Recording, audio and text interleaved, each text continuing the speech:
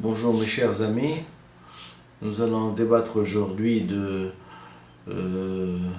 9e chapitre du petit livre de Mao, l'armée populaire. Donc on continue sur notre lancée. Vive la République populaire de Chine, l'armée populaire. Sans armée, le peuple n'a rien. Du gouvernement de coalition, 24 avril 1945, œuvre choisie de Mao Tse-tung, tome 3. Cette armée est forte parce que les hommes qui la composent obéissent à une discipline consciente. Ils se sont unis en combattant non pour les intérêts d'une poignée de gens ou d'un groupe restreint, mais pour les intérêts de larges masses populaires, pour les intérêts de la nation tout entière. Se tenir fermement aux côtés du peuple chinois, servir de tout cœur le peuple chinois, tel est l'unique dessein de cette armée.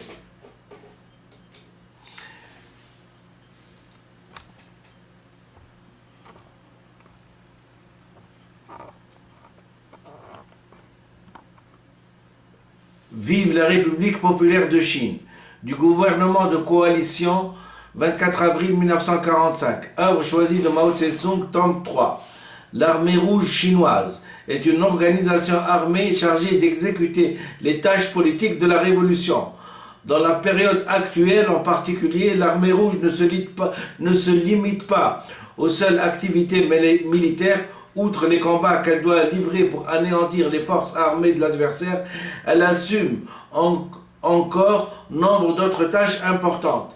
La propagande parmi les masses, l'organisation des masses, l'armement des masses, l'aide donnée aux masses pour instaurer le pouvoir révolutionnaire et même pour créer des organisations du Parti communiste.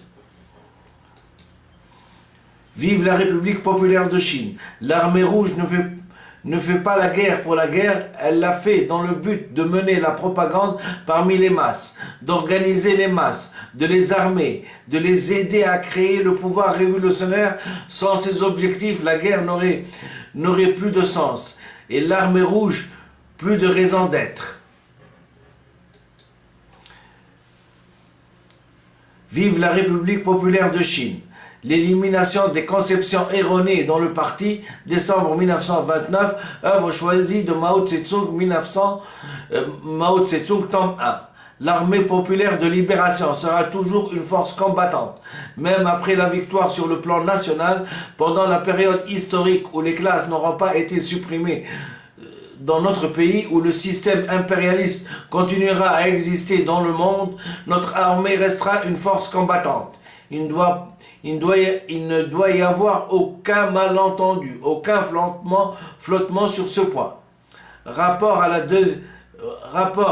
deuxième session plénière du comité central issu du 7e congrès du Parti communiste chinois le 5 mars 1949, œuvre choisie de Mao Tse-tung, tome 4.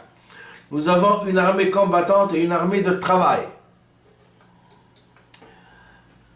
Vive la République populaire de Chine. L'armée combattante formée de la 8e armée de la route et de la nouvelle 4e armée doit être utilisée pour une double tâche combattante, combattre et produire.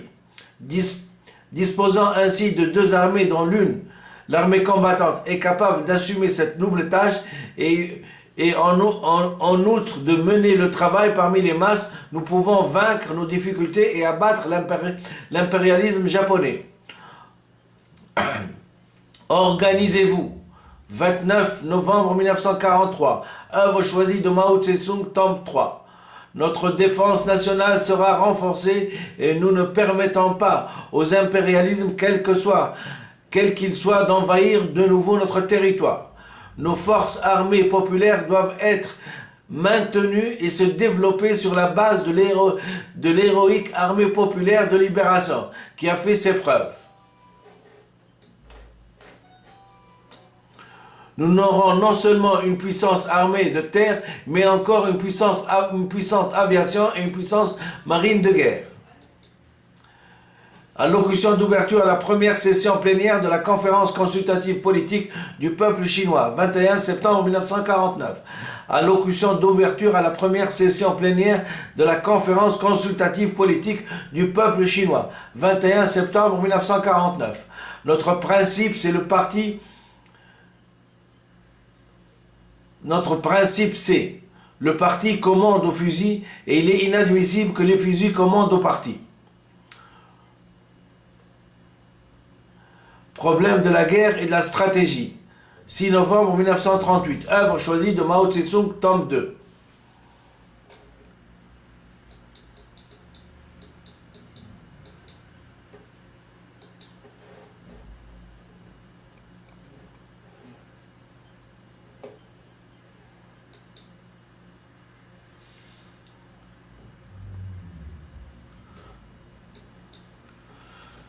Vive la République populaire de Chine. Tous nos officiers et soldats doivent toujours avoir présent à l'esprit que nous sommes la grande armée populaire de libération. Les troupes dirigées par le Parti communiste chinois